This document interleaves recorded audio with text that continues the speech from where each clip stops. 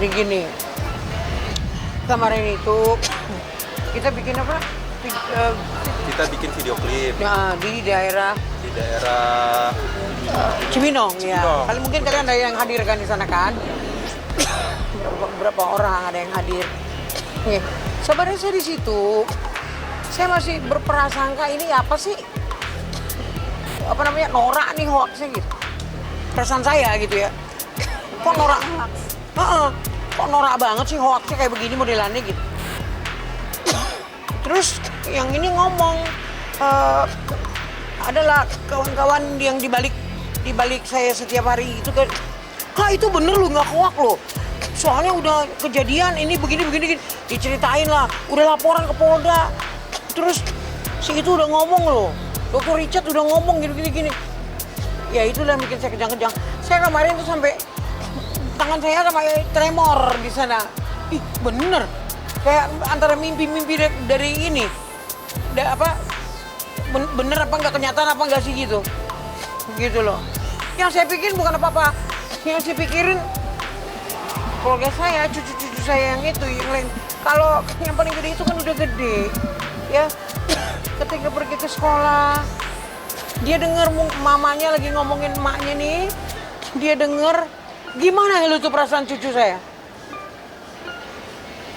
Sakit banget kan di sini saya kan. Ini hidupku kan ya, peristiwanya nggak kelar-kelar gitu loh. Dari perceraian, kemudian ini, kemudian itu. Siap-siap gitu loh. Itu yang bikin saya kayak orang down. Sebenarnya saya, Virgon itu saya ngelarang sebenarnya saya ini ngomong kayak begini tuh ngelarang. Kalau mau ngomongin masalah cucu, jangan ngomongin masalah yang ono. Karena bukan ininya kita lagi, lingkarnya kita lagi. Siapa yang mau ngomongin? Ya, kalau urusan dia mah dia mau ngapain urusan dia. Kayak nggak ada urusannya sama saya.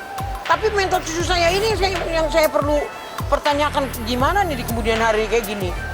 Saya nggak kenal, saya nggak tahu apa dan bagaimana, saya nggak tahu. Syukur-syukur kalau dia nikah siri ada pembelaan untuk dirinya kan gitu. Ya kan? Tapi kalau enggak, ya kamu bertanggung jawab sama Tuhan ya kan gitu. Gitu, masalah itu ya gini ya. Saya nggak tahu ya. Itu rumahnya kan rumah Virgon, rumah anak-anak, dikasih ke anak-anak. Oke, saya hanya kemungkinan, ya ada kemungkinan. Kenapa saya ngomong seperti ini? Mereka punya perjanjian, paham kan? Waktu mungkin kan Virgon pergi dari rumah nggak bawa apa-apa, bawa kolor, bawa sendal, bajunya pun yang untuk manggung kan belakangan diambil sama alat-alat studionya. Kan saya ada di sana gitu kan. Ada kemungkinan kan gitu. Mereka waktu pisah mungkin bicara baik-baik, anak-anak tinggal di situ sama dia, tapi dengan mungkin ada persyaratan atau apa. Atau enggak anak-anak yang bercerita. Gitu loh. Saya nggak tahu pasti ya, ini asas praduga nggak bersalah. Karena kalau untuk CCTV kan itu kan bareng itu kan. Virgon kan bisa mantau anak-anaknya lagi ngapain di rumah, kan berhak. Iya, kan itu berhak. Apakah mungkin mereka hilaf atau gimana? Saya nggak tahu itu ya. Ini asas praduga nggak bersalah ya. Coba tebak-tebak mua menggis ini istilahnya. Apakah kayak begitu sehingga dia lihat anak gue lagi ngapain, terus dia lihat gituan? Kita nggak tahu. Ya, sampai ada yang ngomong durasi 2 jam lah, apalah, saya aja bingung 2 jam apaan. Kan gitu. Nggak pernah anak saya, kalian kan tahu dulu aja dia nggak berani, nggak mau ngomong. Virgon itu orangnya diam, nggak mau ngomong. Cuma dia bilang, nanti aja kita lihat. Mami jangan cari popularitas di acara ini gitu. Popularitas kepalamu, gue bilang. Udah tahu cucuku yang aku pikirin, kenapa jadi aku cari popularitas? Sudah top kali dari yang kemarin-kemarin, ya kan? Jadi kan di CCTV kan yang masang dulu kan Virgon kan tahu juga ininya kan gitu. Udah intinya kalau mau berbuat jangan di rumah, udah titik.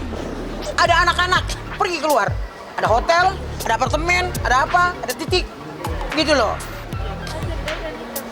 Katanya udah dikasih 50.000 kali nikah. Itu kan bukan rumah lu, malu lah dikit. Lu laki-laki. Enggak pernah saya tahu dan nggak pernah saya lihat, saya nggak mau mendahului ini.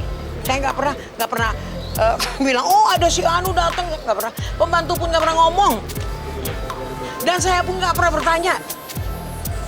Karena itu bukan lagi, it's not my business. Itu bukan urusan saya lagi, itu bukan ini saya lagi.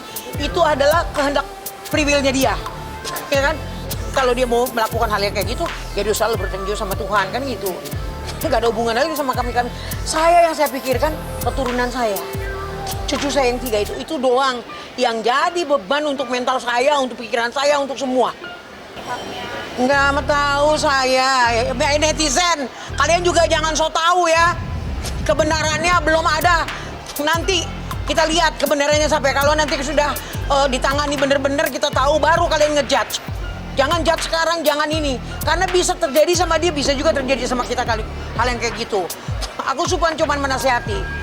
Ya kan? Nah, dulu anak saya merasa dihimpit di ini ya. Kejadian sama yang lain kan gitu. Jadi mohon nanti kita tunggu aja kalau kalian mau ngomong segala macam. Ayo, tunggu aja kabar beritanya dari yang betul-betul yang memahami, yang sudah memegang hukum ini, kan gitu.